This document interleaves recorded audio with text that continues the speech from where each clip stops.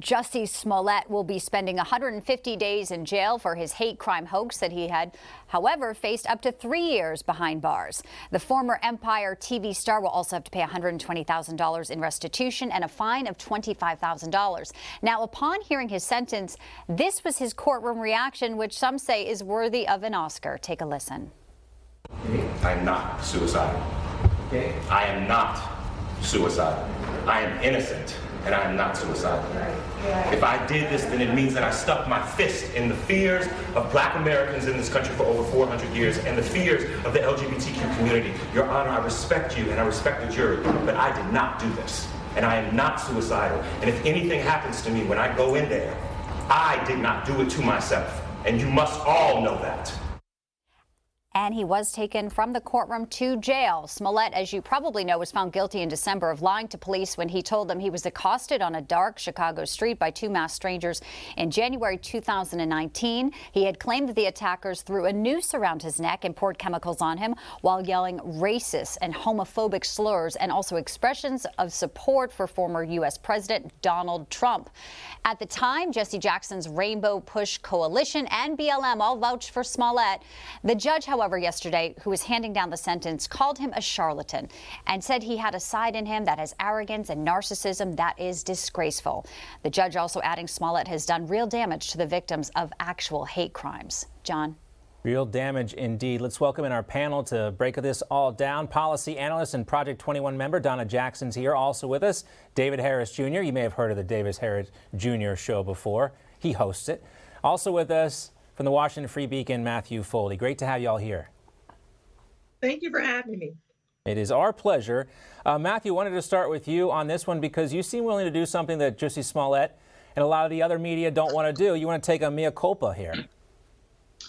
So first off, I think we should be glad that the Hillary Clinton donor who attacked Jussie Smollett has been found guilty of attacking Jussie Smollett.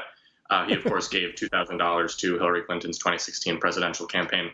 But look, it wasn't just Jesse Jackson and the Rainbow Coalition who fell for this obvious hate crime hoax. We reported a couple of months ago a non-exhaustive list of all of the Democrats and journalists, but I somewhat repeat myself here, who fell for this hoax. And it includes the President of the United States, the Vice President of the United States, most of Joe Biden's cabinet, most leading Democrats in Congress. So, I'm glad that we could finally get some justice for Jussie, 150-day prison sentence. And now I hope that we can heal and move on from this traumatic experience. Traumatized. It was a powerful tour de force performance we saw yesterday in the courtroom. And I wish we could go back. I don't know if we can do this in the control room, but I think one of Jussie's defense attorneys that's sitting to his right, when Jussie was giving his speech there, you can see this guy, Donna, just rolling his eyes. That's the gentleman right there. He's got his watch on, sitting to Jussie's right. But when Jussie got up and gave that speech, it almost looked like the defense attorney was rolling his eyes. I think we'll see it here in a second. But I think we were all rolling our eyes, weren't we, Donna? Yes, we were. And, I would like to say, I don't think that anybody failed for this. The most famous individuals we have in this country right now are not actors and entertainers. They're race hustlers. This is big business. It's an industry now. And so if you can say that there is some kind of racial injustice and you can prove a hoax, then you make big money behind it.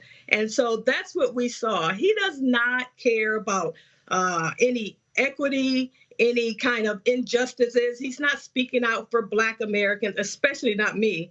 But he's sitting down there trying to be famous off of causing division and causing this narrative that everyone that disagrees with the liberal establishment is some kind of white supremacist. And the way this Hollywood works nowadays, David, I'm not going to be surprised at all if there's a Jussie Smollett reality or docudrama series on Netflix or something like that, because normally this would be a career killer. You got busted lying. The judge called him out for his hypocrisy here. But not in today's culture. No, probably not in today's culture. He very well could get himself his own Netflix show. But here's the thing.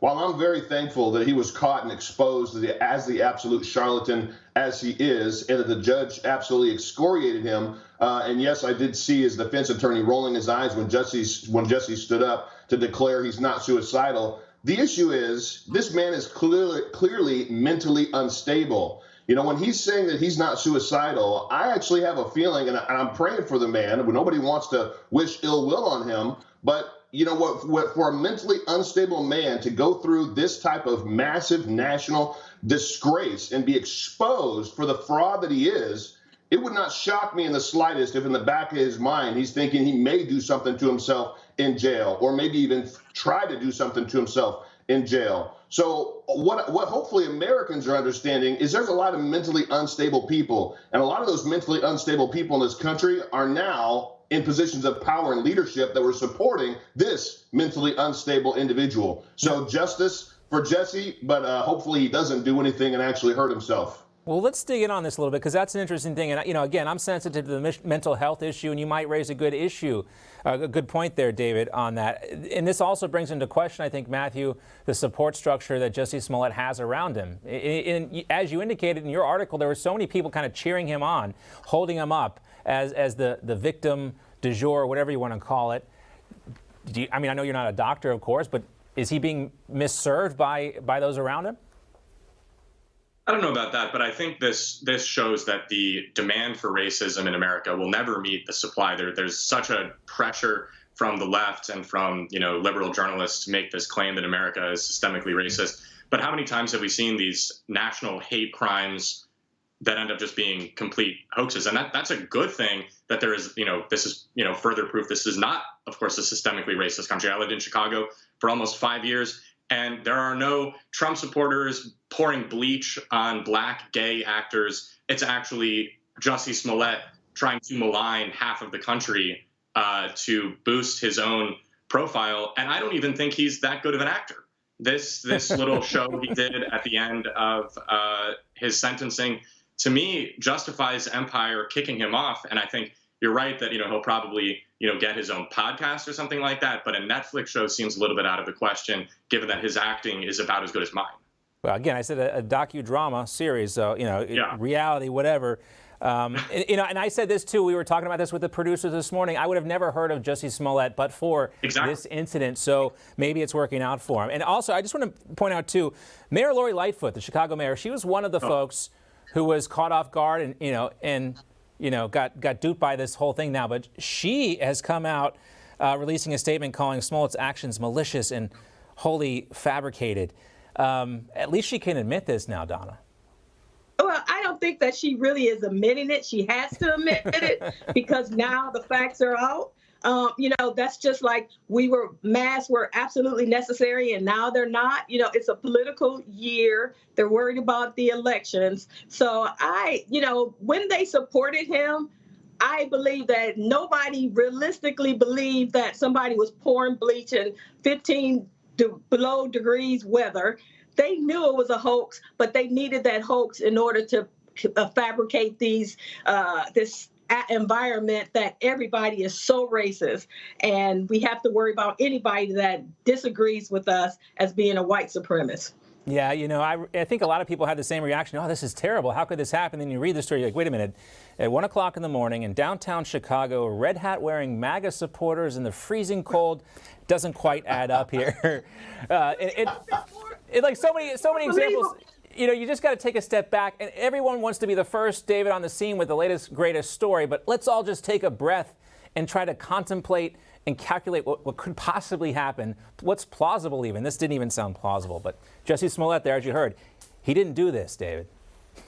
No, he didn't do it. He's going to deny it until the cows come home, and they're not going to come home for him in any regard, in any possible positive regard for him in the near future. But hopefully this is a wake-up call to all of the black and white individuals, brown, whatever color you may be out there, that jumped on the bandwagon to go in tow with all the Democrats that were pushing this narrative when we're supposed to live in a country where we are innocent until proven guilty, and yet they demonize Trump supporters, me included, anybody that wore a red hat. they demonized Trump's entire base over this absolute fake hoax. So hopefully Americans, regardless of their color, will be reminded to back up, to wait, and let the facts come out before they pass judgment on anybody. That's what America should learn from this entire disaster.